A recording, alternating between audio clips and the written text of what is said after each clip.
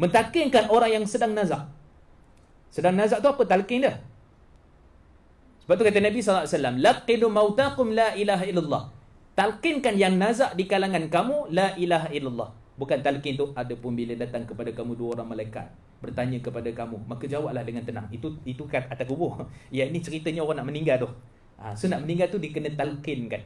Talqin ni pula kata Imam Nawawi, kita hanya bisikkan pada dia. Bukan maksud kita berjaya mentalkinkan dia tu sehingga dia mengucap la ilaha illallah dah. Sebab ada setengah orang talqin kat dia, dalam hati dia la ilaha illallah, tapi mulut dia tak terungkap. Kena stroke ke contohnya, contoh. Kan? Tak boleh dia nak bungkam, tapi dalam hati dia la ilaha illallah. Maksud sebab tu Nabi sebut, ajarkan kepada orang yang nazak di kalangan kamu la ilaha illallah. Bukan kita ajar dia sehingga dia boleh mengucap, bukan. Maksudnya kita selalu bisikkan kat dia, ingatkan pada dia mengucap la ilaha illallah. Kenapa la ilaha illallah tidak ada Muhammad Rasulullah? Kerana dalam hadis disebutkan man kana akhirul kalamihi la ilaha illallah dakhala jannah. Siapa mana akhir kehidupan dia kata la ilaha illallah, masuk syurga. Pertama, hadis dia sebut la ilaha illallah, dia merangkumi kalimah syahadah yang kedua. Bila percaya kepada Allah, secara automatik kita mengikuti sunnah Nabi sallallahu alaihi wasallam. Jadi cukup dengan sekadar la ilaha illallah kita talqin tu dah cukup dah. Itu maksudnya kita mentalqin kepada si mati. Boleh talqin kepada non-muslim tak? Jumpa-jumpa aksiden ke apa ke, kita pun pergi kat dia, bisik kat telinga dia, asyhadu an la ilaha illallah, ataupun la ilaha illallah, talqin dekat dia. Boleh tak?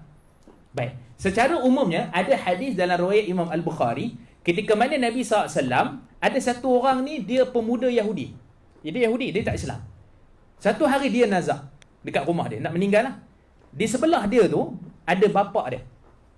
Kemudian Nabi SAW seolah-olah macam mengisyaratkan kepada bapa dia ni nak untuk talqin kepada orang Yahudi ni, maksud sebut la ilaha illallah. Kemudian budak ni pandang kepada Nabi SAW. Kemudian ayah dia kata ati' Aba Qasim, taatlah kepada Nabi SAW. Bapa dia Yahudi juga. Maka dengan sebab tu dia pengucap la ilaha illallah Muhammadar Rasulullah. Nabi keluar daripada rumah orang tu, Nabi kata alhamdulillahilladzi anqadhahu minan nar. Segala puji bagi Allah yang selamatkan pemuda Yahudi daripada neraka Allah. Maksud gini tuan-tuan, bukan kita jumpa Oksiden waris-waris dia, India ke China ke semua ada. Tapi saya nak pergi talqin, bukan tu maksud dia. Maksudnya kalau ada kesempatan, cerita pengkebumian ke, cerita apa ke, itu cerita lain tuan-tuan. Cerita ini atas kertas. Maksudnya nak uruskan cara Islam. Kalau dia tu kubur dekat tempat Kristian sekalipun, tapi dia tu Islam. Kalau dia tu kubur dekat tempat orang yang Islam sekalipun, tapi dia munafik. Itu cerita dia. Jadi cerita asalnya adalah kita nak dia Islam di sisi Allah. Bukan Islam kita nak uruskan cara kafan apa semua, bukan. Maksudnya tuan-tuan, kalau ada peluang, kata Imam Nawawi rahimahullah mazhab Syafi'i, boleh untuk talqinkan non-muslim kalau kita ada peluang. Kalau doktor dekat hospital contohnya, pergi bisik kat dia, katalah dia non-muslim, sebut la ilaha illallah, dia mengucap la ilaha illallah. Kalau bagi tahu kan mesti keluarga tak setuju, betul tak? Tapi dia tu Islam. Itu dia punya kaedah. Jangan bagi tahu dia dah Islam dah. Tak adalah pendaftaran apa tu, dah meninggal dah. Nak urus penjabatan pendaftaran ke IC ke, tak ada isu dah. Ceritanya sekarang ni adalah kita nak dia Islam walaupun pengurusan itu adalah bukan cara Islam. Itu dia punya kaedah. Okey, kemudian seterusnya, memejamkan mata si mati dan mendoakannya. Ini sunnah. Dan tak semestinya, tuan-tuan, kenapa setengah orang kalau meninggal dunia mata dia tercacat? Ramai orang kata, ni lah mati tak elok. Hari tu tengok dia curi kelapa contoh kan. Hari tu dia curi ni. Tu sebab mata tercacat. Tak tuan-tuan. Sebenarnya dalam hadis kata Nabi SAW, inna ruha idha qubidat tabi'ahu basarhu. Roh bila dicabut, mata tu akan mengikut arah mana roh itu dicabut. Bukan maksudnya tercacat tu jahat. Bukan. Maksud tercacat tu kita tutup. Dan kita dapat sunnah kalau kita berada dekat di samping si mati, kita tutup kan. Apa nak baca dia? Baca dia mudah saja tuan-tuan. Antara contohnya yang Nabi sebut dalam hadis, iaitulah kita membaca istighfar, maksudnya memohon keampunan pada. Maksudnya ya Allah ampunkanlah si mati. Kita menutup mata tu. Kalau nak baca lebih bagus lagi, iaitulah Allah maghfir li siapa tu yang meninggal tu. Kalau Muhammad lah, Allah maghfir li Muhammad. Ya Allah ampunkan Muhammad, warfa' darajatahu, dan angkatlah darjatnya di sisi Allah. Tapi kita tak apa, kalau tak hafal doa tu, ya Allah ampunkan dia. Cukup. Tutup mata dia. Tutup mata dia. Kalau dia terbuka balik, itu maksudnya dia, tuan-tuan, bila orang dah meninggal dunia ni, banyak benda tak berfungsi dah. Maksudnya dia punya perut, dia punya apa semua ni tak berfungsi dah. Jadi pada waktu kalau terbuka balik ke apa, tuan-tuan boleh carilah kapas ataupun apa, boleh tutup ataupun sekian-sekian. Kalau mulut ni tenganga ke apa, boleh diikat, tak ada masalah. Itu asas-asas proses lah. Dan kematian ni boleh jadi dua perkara. Boleh jadi dekat rumah, boleh jadi dekat hospital. So siapa-siapa yang ada pengurusan, kalau kat hospital dia ada keluar terus. Kemudian juga kita nak permit pengkebumian, tu semua kita kena tahu. Dan kemudian juga berkaitan dengan ni benda penting tuan-tuan, berkaitan dengan khairat kematian. Siapa sini tak daftar khairat kematian? Pergi daftar tuan-tuan. Khairat kematian tu sekurang-kurangnya meringankan kita lah. Itu dipanggil sebagai takaful sebenarnya, ataupun khairat kematian. Itu tuan-tuan pergi daftar. Tak banyak pun, RM30, RM50, boleh setahun dapatlah 1,700 ke dan sekian-sekian. Itu memudahkan urusan kita, khairat kematian. Dan kita kena ingat juga ada tempat-tempat tertentu yang kita boleh apply, macam contohnya macam KWSP, ada tempat-tempat tertentu lah. Contohnya juga macam SOKSO, APF, ada tempat-tempat yang kita boleh dapatkan khairat kematian itu. Tapi nak kena tengok lah dia punya tu secara detail. Bukan hanya contohnya, ni bukan saya campaign produk lah tuan-tuan. Dia ada dipanggil sebagai M Jannah. Ni tuan-tuan pergi cari M Jannah. Yang ni kelebihan dia, tuan-tuan bayar RM10, RM90 untuk 1 tahun.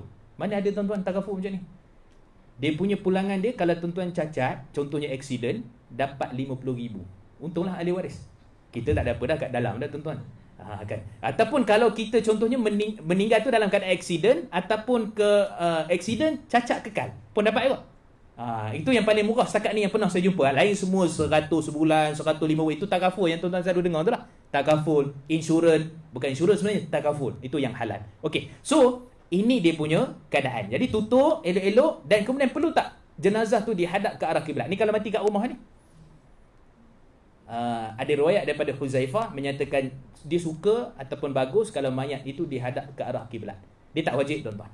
Dia tak wajib. Tapi kan hadap ke arah kiblat maka tidak menjadi masalah.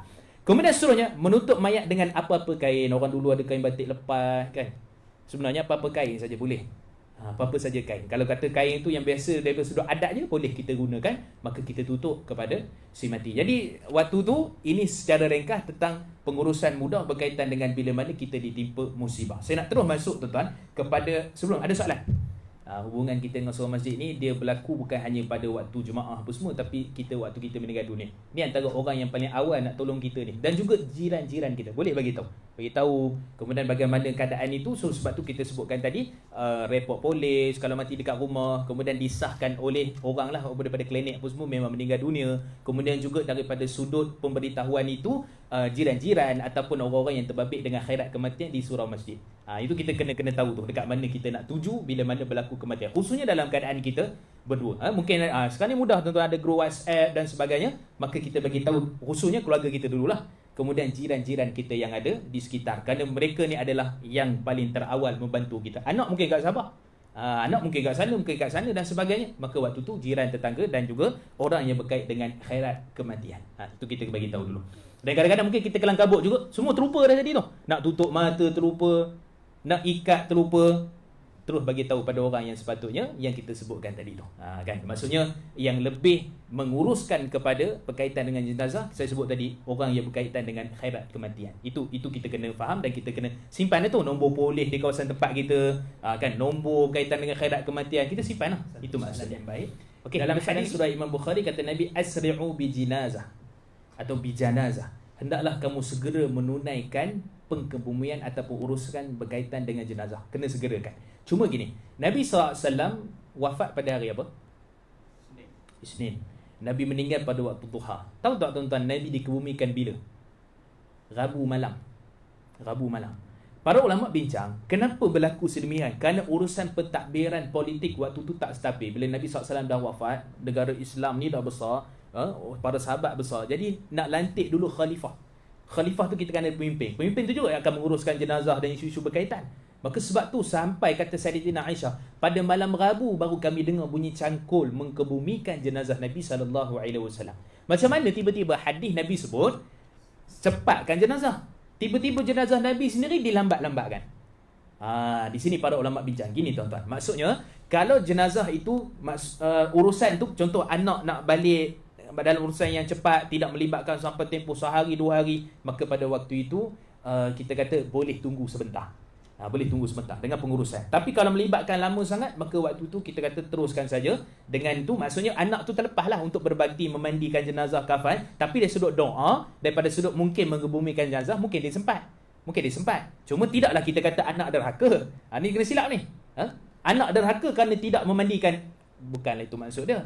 Kan di sini maksudnya kita nak segera percepatkan, kerana dalam hadis kata Nabi SAW, fa in kana janazatin salihatin, kalaulah dia ni merupakan satu jenazah yang salih, yang baik, kata Nabi SAW, jenazah tu akan kata qaddimuni cepatkan aku. Maksudnya apa? Dia tak sabar untuk pergi ke kubur, tak sabar nak pergi kubur, nak dapat manfaat, nak dapatkan syafaat dan sebagainya. Tapi kata Nabi SAW, jika jenazah tu bukan jenazah yang salih, kata Nabi SAW, dia itu akan berkata, ya wailaha aina tadhhabuna biha, alangkah celakanya aku hari ni, kamu semua ni pikul aku ni nak bawa pergi mana?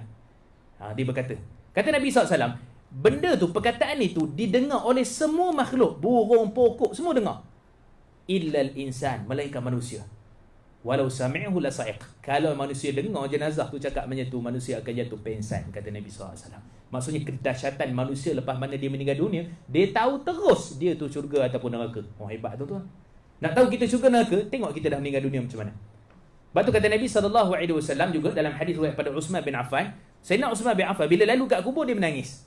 Bila dia menangis tu, kemudian ada sahabat tanya, wahai Uthman, kenapa kamu menangis? Dia kata, aku teringat Nabi pesan. Perkara pertama yang satu orang tu tahu dia tu macam mana keadaan dia adalah bila mana dia masuk dalam kubur dah. Kalau dimudahkan urusan dia, fama aisara ba'dah, adapun selepas itu dia akan dimudahkan. Sebab tu kita selalu doakan, Allahumma hasibna hisaban yasira, kan? Ya Allah, mudahkanlah hisab kami. Mudah tu tuan-tuan, maksudnya tak berkira sangat dalam hisab tu.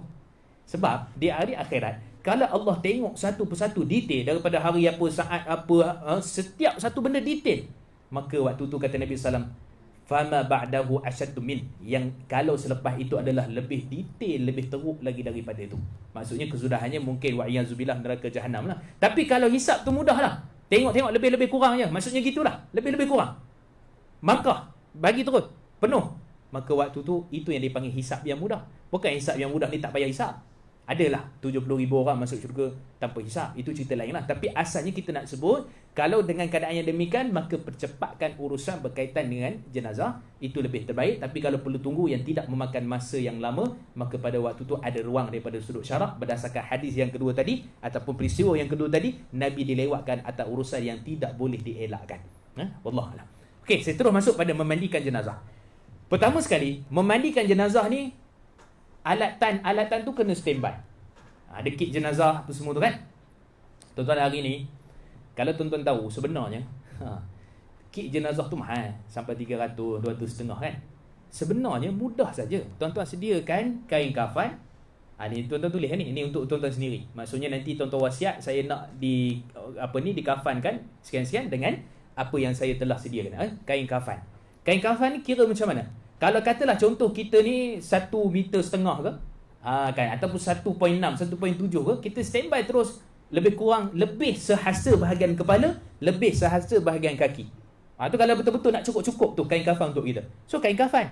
Yang kedua, wangi-wangian ni minyak mawar ke apa, wangian apa ni, mawar ke, ataupun wangian berbentuk apa, contohnya minyak-minyak wangi ke, tak ada masalah. Kan. Sebenarnya yang paling utama kain kafan tu je. Dan nak mandikan jenazah ni bukanlah nak kena, dia ada tuan-tuan orang, kalau dalam kit jenazah tu akar seruntung ada. Berkaitan dengan sebut-sebut tertentu, ada sebut kari, sebut kunyit, macam-macam. Ada orang kata temagi lah, apa semua. Sebenarnya benda tu, isunya kita nak jenazah tu bau wangi je. Jadi jangan, sebab tu dia bila package tu jadi 300 tau. Padahal beli kain kapan saja berapa je. So tuan-tuan boleh beli kain kafan cukup. Dan yang lain-lain itu sebagai sabun apa semua, itu semua benda-benda yang terkeluar lah. Benda-benda yang terkeluar. Jadi kain kapas saja sudah cukup, dan juga wangi-wangian cukup lah. Kapas ni pertama sekali bila perlu lah. Kapas tu memang biasa kita akan letak, dan kalau kita buat pengurusan jenazah pun kita tak akan buka kapas tu sebab dia melekat. Jenis kapas jenazah tu dia melekat. Kan? Jadi kalau tuan-tuan nak kapas, okey. So kain kapas, minyak wangi cukup lah. Tu saja. Adapun ni akar seruntun, putik kapas, sarung tangan, itu semua teknikal lah tuan-tuan. Tapi asasnya tu saja. Okey. So bila kita nak mandikan jenazah, ada berapa perkara. Nanti saya akan sebut ni dia tuan-tuan. Tuan-tuan baca tu, dia nombor kod rahsia. Tuan-tuan hafal je ni, ABSK. Ingat sampai bila-bila. Tak payah terkeliru dah. nak mandi jenazah, nak mandi apa. Sebab nanti kita akan tengok setiap daripada kita sebagainya. B tu maksudnya apa dia? Bidara ataupun bidara lah. Bidara dengan sabun ni sebenarnya dia ejen yang sama. Bidara dengan sabun. Ejen untuk membersihkan daripada daki-daki ataupun sebahagiannya adalah untuk memudahkan renggangan itu supaya dia tu letak minyak-minyak ke ataupun apa. Jadi antaranya daun bidara. Sebenarnya daun bidara dengan sabun fungsi yang sama. Tapi tak apa, kita ikut step. Pertama air biasa. Yang kedua bidara. Yang ketiga S tu apa? Sabun lah. Yang keempat K, kapur barus. Ikut step ni insya-Allah mudah mandi jenazah. Air, bidara, sabun, kemudian kapur barus. B tu apa? B tu bilah lah. A tu A pertama, B tu B maksud bidara, kemudian bilah, kemudian sabun, kemudian bilah, kemudian terus kapur. Kapur barus tak bilah dah. Kapur barus tu kita keringkan dan tukar kain jenazah tu dan terus bawa kepada tempat kafan. Itu asalnya. Tak apa, nanti kita akan detail. Sebab step dia semua. Nak balik belakang ke, nak balik depan ke, belah kiri, belah kanan ke, semua sama. Nanti insya-Allah kejap lagi kita bincang. Baik, saya nak pergi dulu. Memandikan jenazah sekurang-kurangnya kena ada air tadilah. Kan. Kemudian juga bancuhan daripada air daun bidara tadi. Sekarang ni dah ada serbuk, tuan-tuan, tak ada masalah. Kalau tuan-tuan ada tanam bidara belakang rumah tu yang macam buah apple kecil tu kan. Itu fungsi dia. Tuan-tuan boleh untuk ramahkan dalam air tu, ada keluar dia punya tu, itu kira air dah cukup dah untuk tu. Tuan-tuan nak rebus ke apa ke, itu terpulang lah kan. Tapi asasnya cukup sekadar kita ramahkan dan ambil daun-daun tu dan kemudian itu dipanggil satu badi untuk air daun bidara. Kemudian tadi sabun tadi dah ada sabun dah. Kemudian satu badi untuk air kapur barus. Kapur barus ni pun fungsi sebenarnya adalah untuk menghilangkan bau mayat. Itu fungsi dia. Sebab tu nanti kita akan tengok ada hadis yang Nabi SAW sebutkan guna kapur barus tu. Besok kena gunalah. Kan? Jadi senang je. Air, kemudian bidara, air daun bidara, kemudian sabun dan kemudian kapur barus. Itu saja berkaitan dengan urusan pemandian. Cuma step tu macam. Step tu semua sunnah lah. Yang penting 4 tu perkara tu. Step tu cara dia. Okey, kita pergi satu persatu. Pertama, hukum memandikan mayat adalah fardu kifayah. Siapa yang tak buat, dia gini tau, fardu kifayah ni kena faham betul-betul. Fardu kifayah memang betul kalau sebahagian buat, sebahagian tak payah. Nama pun fardu kifayah. Kan? Tapi maksud sebenar fardu kifayah, kalau kita sendiri tak nak belajar fardu kifayah tu, untuk kita buat benda tu, dan bila berlaku kematian, kita tak tahu cara nak uruskan tu, maka waktu tu kita telah berdosa kerana tidak terbabit dengan fardu kifayah. Tu label fardu kifayah tu bawah sikit daripada fardu ain, tuan-tuan.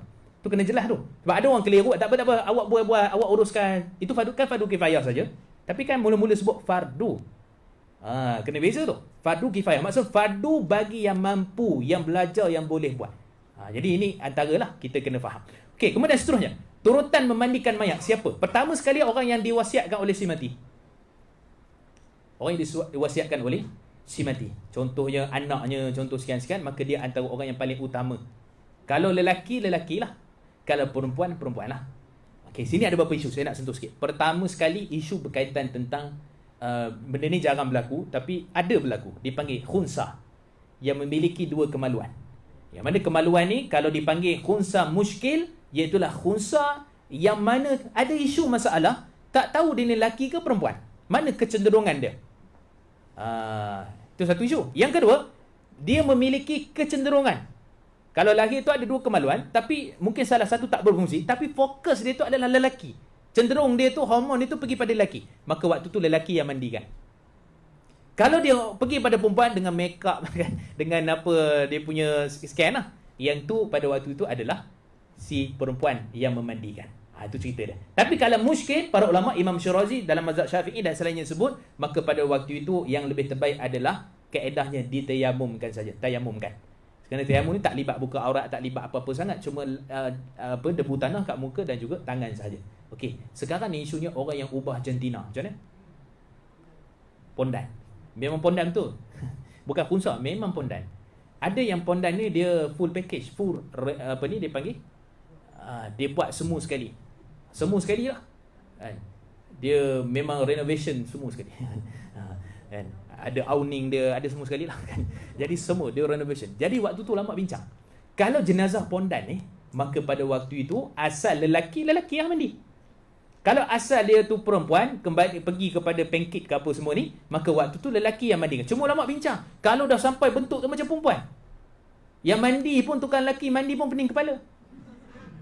Jadi pada waktu tu tuan-tuan, ni ambil, ni hukum fiqh ni, dia hanya ditayamumkan saja pada muka, tak mandi. Dengan sebab apa? Dengan sebab kamu sendiri pergi ubah. Jangan ada tuan-tuan, ada unsur saya terperangkap diri saya lelaki tapi dalam keperanan. Tak ada. Saya terperangkap diri perempuan ni dalam kelelakian. Tak ada tuan-tuan. Dia sebenarnya Allah dah jadikan yang terbaik dah. Jadi orang yang ubah-ubah tu sebenarnya dia sendiri. Bukan isu takdir ke apa, bukan. Dia sendiri memilih ke arah itu. Maka akhirnya bab kematian pun para ulama bincang dan akhirnya ia dalam keadaan yang sedemikian. Okey, itu satu. Yang kedua, jenazah suami dan isteri. Boleh isteri memandikan suami, suami memandikan isteri. Tak ada masalah. Kerana dalam hadis Asma binti Abi Bakar dan juga Nabi dalam riwayat Aisyah radhiyallahu anha dan juga Saidina Ali dan juga Sayyidatina Fatimah, mereka ni pernah memandikan jenazah isteri ataupun suami masing-masing. Maksudnya bolehlah, kata Imam Ibn Munzir, ulama sepakat bahawa boleh mandi jenazah suami pada isteri, isteri ataupun kepada suami. Baik, itu yang kedua. Yang ketiga, isu juga berkaitan dengan janin ataupun anak dalam kandungan yang gugur. Para ulama bincang, mazhab Syafi'i menyatakan anak yang mana lebih daripada 4 bulan ke atas dia telah ditiupkan roh, maka cara pengebumian dia adalah seperti jenazah orang dewasa. Maksudnya kita buatlah, kita mandikan, sebab dia dah sempurna dah daripada sudut asalnya, kejadiannya. Dan itu pandangan mazhab Imam Syafi'i rahimahullah. Cuma tuan-tuan, saya suka ingatkan, kalau pernah mengalami keguguran ataupun apa, khusus bagi wanita, ibu-ibu, jangan risau, mudah-mudahan anak itu dalam hadis surah Imam Tirmizi boleh menarik ibunya ke syurga, insya-Allah. Itu kelebihan lah bagi anak yang gugur, yang tak sempat untuk kita lihat zuriat yang kita kandungi hidup dalam keadaan yang sempurna. Baik, habis. Kemudian seterusnya, lepas tu kaum kerabat yang terdekat lah. Cuma tuan-tuan, memandikan jenazah ni, sebab tu dia perlukan orang yang thiqah, orang yang dipercayai. Kalau tak dipercayai, maka akan timbullah mastikah. Akan timbullah intisari dan apa-apa buku yang ada di pasaran. Sebabnya cerita tu sedap sangat tu. Orang ni cerita, ni jangan beritahu orang tu, saya cerita kat awak. Orang tu pun beritahu sama juga. Ni jangan cerita kat orang tahu, saya cerita kat awak seorang je. Akhirnya satu kampung tahu. Akhirnya ditulis, dan kadang-kadang tu bukanlah isu apa sangat, exaggerate je lebih. Jadi khinzir lah, jadi itulah, berulat lah, apalah. Memang untuk kesedaran, tak dinafikan. Tapi Islam ni sudah cukup pengajaran dia, tak perlu kita nak buat cerita-cerita yang macam tu. Acom pun tengok pun teruk. Saya, orang Cina, saya punya datuk, saya punya kawan apa semua mati, tak ada jadi khinzir. Melayu mati jadi khinzir. Saya banyak takut nak masuk Islam, dia kata. Sebab benda-benda macam tu kadang-kadang balik tahmah pada Islam. Jadi hati-hati tuan. Maksudnya apa? Orang yang memandikan tu dia kena terpercaya. Dia kena simpan rahsia aib si mati tu. Ada sekian-sekian ke, ada itu ke, ada ini ke, ada apa-apa aib pada si mati, dia kena simpan. Kalau semua orang simpan macam tu, sebab tu kata Nabi SAW dalam riwayat Al-Hakim, hadis yang sahih, siapa yang mana memandikan jenazah, dirahsiakan aib si mati tu, diberi keampunan baginya 40 kali. Tuan-tuan, kita nak sekali je pengampunan Allah, Tapi kalau kita simpan rahsia aib si mati tu, tak ada cerita-cerita apa, tak ada cerita busuk ke, cerita itu ke, cerita ni, maka waktu tu Allah beri pengampunan yang besar pada kita. Sebab tu, dipilih tu di kalangan anak-anak. Sebab tu dipilih tu, takkan anak nak sebarkan aib ayah.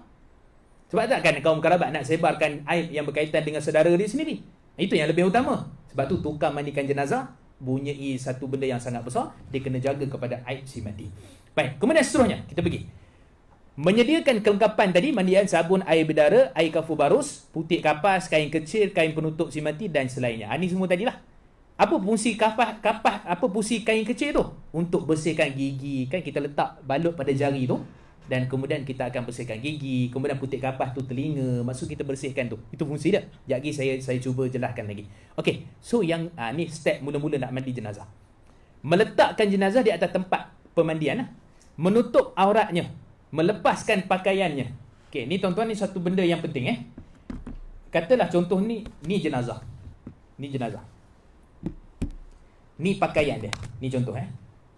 Contohlah dia pakai seluar. Ramai orang kadang-kadang antara pemandi jenazah ni, banyak dah jumpa tuan, dia tak pentingkan aurat si mati ni. Aurat si mati ni macam hidup juga. Sebab tu dalam hadis riwayat Aisyah kata Nabi SAW, al-haid, maksudnya orang yang mati tu sama macam orang yang hidup. Jangan kita kasar dengan dia, tutup aurat dia. Ni kadang-kadang kalau seluar potong habis tu, telanjangkan dulu baru letak kain.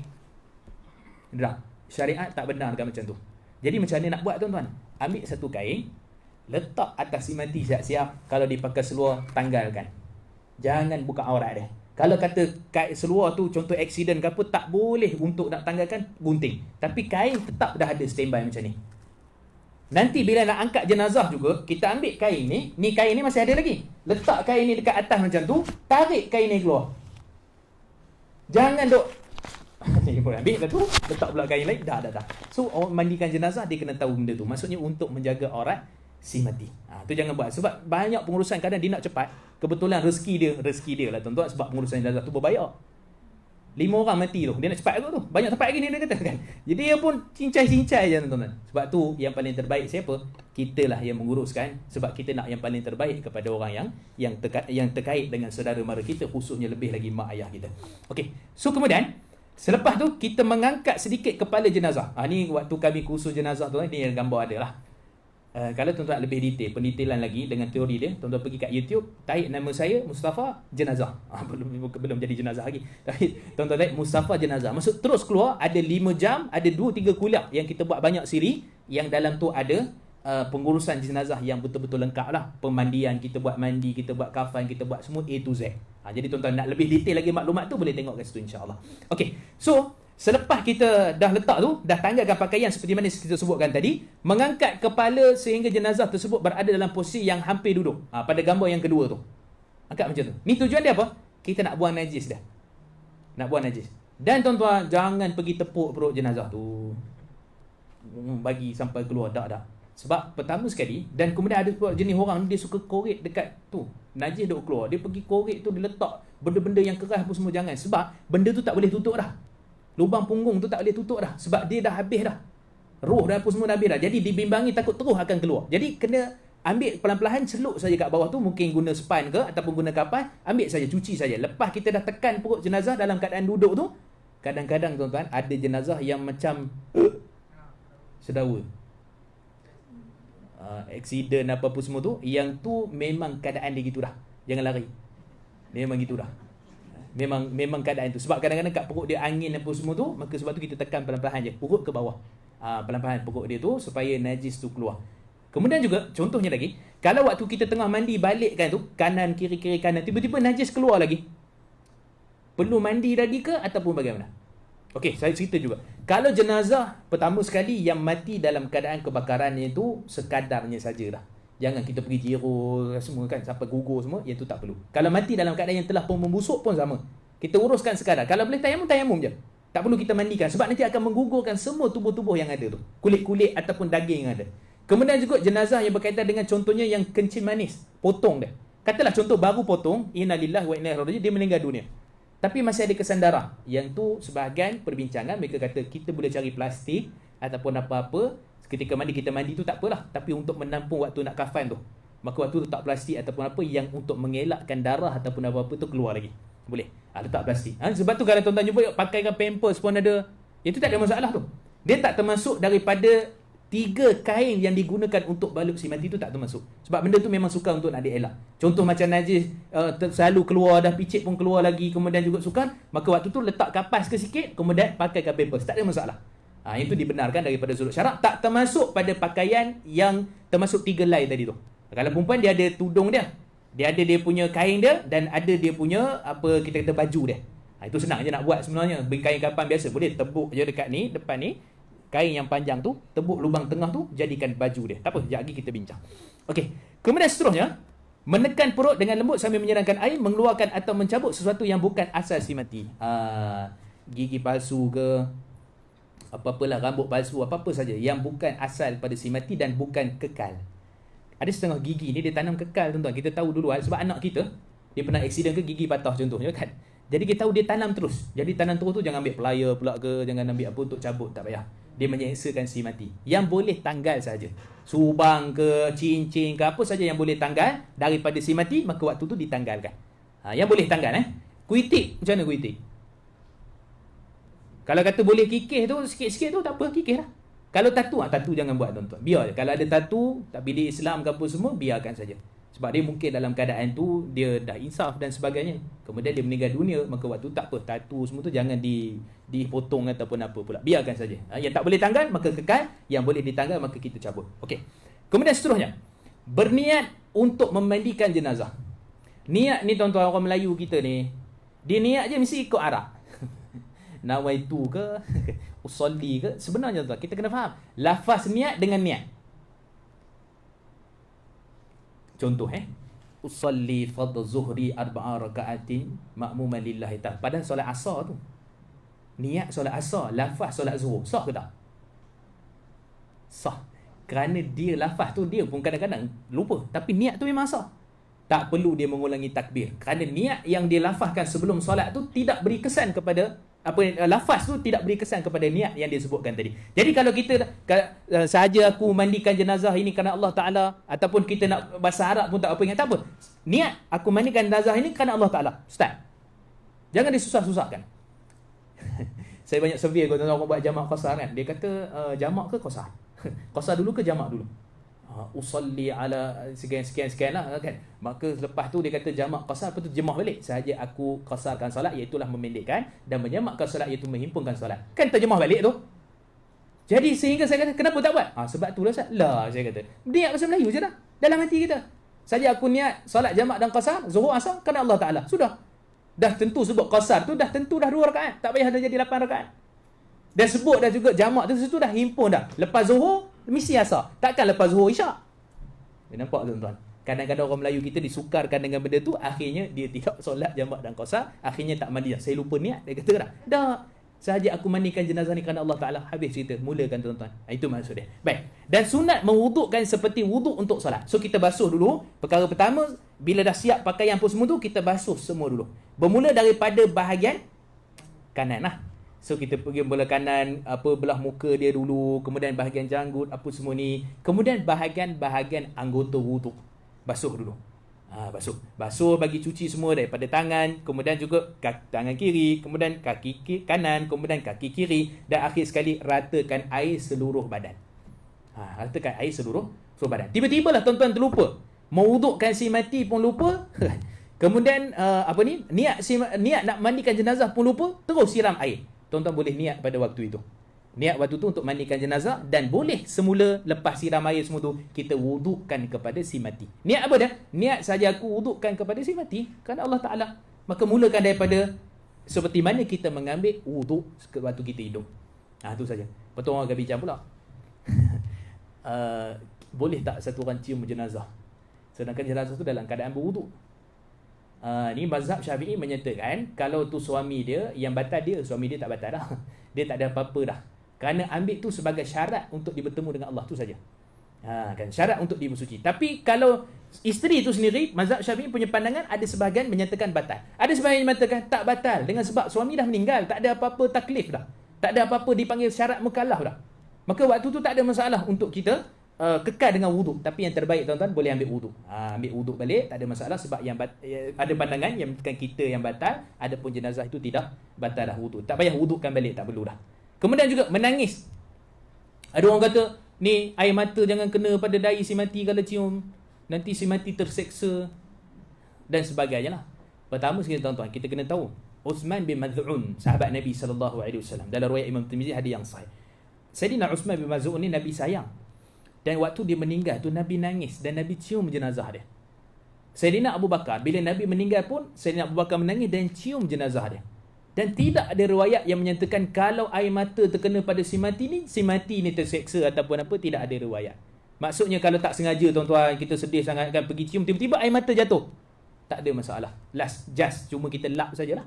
Jangan bagi sekian-sekian. Jadi itu saja, tidak menyeksakan si mati. Benda tak boleh elak tuan-tuan, kesedihan tu. Kerana Nabi pun sedih. Anak Nabi Ibrahim AS meninggal dunia. Waktu tu Nabi pun sedih, Nabi nangis. Kemudian sahabat tanya, Ya Rasulullah, kau menangis wahai Rasulullah? Kata Nabi SAW, dia adalah rasa kecintaan yang Allah capakkan, dan tidaklah kita mengatakan melainkan apa yang Allah redha. Terhadap kematian. Sedih, tetap sedih. Menangis, tetap menangis. Cuma ada hadis yang disebutkan, Innal mayyita yu'adzib bibuka'i ahli. Sesungguhnya mayat itu diazab kerana tangisan ahlinya, maksudnya ahli keluarganya. Hadis ni sahih dalam riwayat Imam Bukhari. Tapi maksud hadis ni sebenarnya adalah satu orang yang mana meninggal dunia dan memang zaman jahiliah dulu diupah untuk menangis, menunjukkan betul-betul hari kesedihan. Maka yang tu sebenarnya. Tapi kalau sekat ahli keluarga kita sedih, menangis waktu tu, itu normal, kebiasaan. Cuma jangan kita Meratapi ni maksudnya tak percaya pada qada Allah, pergi dekat kubur, ya Allah kenapa lah kau matikan, tak, benda tu semua pergi cari baju kan, kita tak reda, yang tu yang masuk juga termasuk dalam menyakiti si mati. Tapi kalau kita menangis biasa, tidak jadi masalah tuan-tuan, kerana sifat manusia ni ada yang seperti itu. Okey, kemudian seterusnya, lepas niat mandikan, kita dah basuh, maka dah basuh semua apa kita sebut tadi, anggota wuduk, dan kemudian meratakan air seluruh badan, mula pada kanan dan juga kiri. Dan sebab tu kena ada 3-4 orang tu. Selepas mana kita dah basuh semua tu, kan kita nak basuh belakang, so tim jenazah ni lah yang memegang jenazah itu untuk ditegakkan. Bahagian mana dulu? Kanan tegak atas kiri ke kiri tegak atas kanan? Dalam kubur nanti macam mana? Duduk atas lambung kanan ke lambung kiri? Okey, dia gini. Kita nak mula tu, kalau bahagian kanan, maksudnya kita akan tegakkan pada bahagian kiri lah, sebab nak basuh bahagian kanan. Kalau kita nak basuh bahagian kiri pula, lepas tu kita tegakkan bahagian kiri, maka kita basuh pada belakang bahagian kiri. Tu dia punya perbincangan. Tegak kanan, kiri, tegak kiri, jadi kanan. Dia terbalik macam tu lah. Okey. So, itu basuhan pertama. Selesai. Tak susah apa. Tu pada waktu tu juga, kalau contoh ada daki-daki, kalau ada akar seruntung, kalau ada putik kapas, kalau ada apa kita kata, kain kecil untuk beruh gigi apa semua tu, dan air jangan pergi masuk dalam hidung macam tu tuan-tuan, jangan. Walaupun dah meninggal dunia tu, kita tak puas hati dulu dengan si mati ni, jangan buat hal. Kan? Maksudnya air tu jangan masukkan macam tu sekadarnya, kita lalukan saja. Maksudnya di sini menunjukkan bahawa step pertama telah selesai. Selesai dah step pertama tu. Okey. Pada step yang kedua. Ni dalam hadis ni, kalau tuan-tuan tengok sini, Ummu Atiyah ni pakar memandikan jenazah. Dia ni, Ummu Atiyah ni memang spesialis dia situ.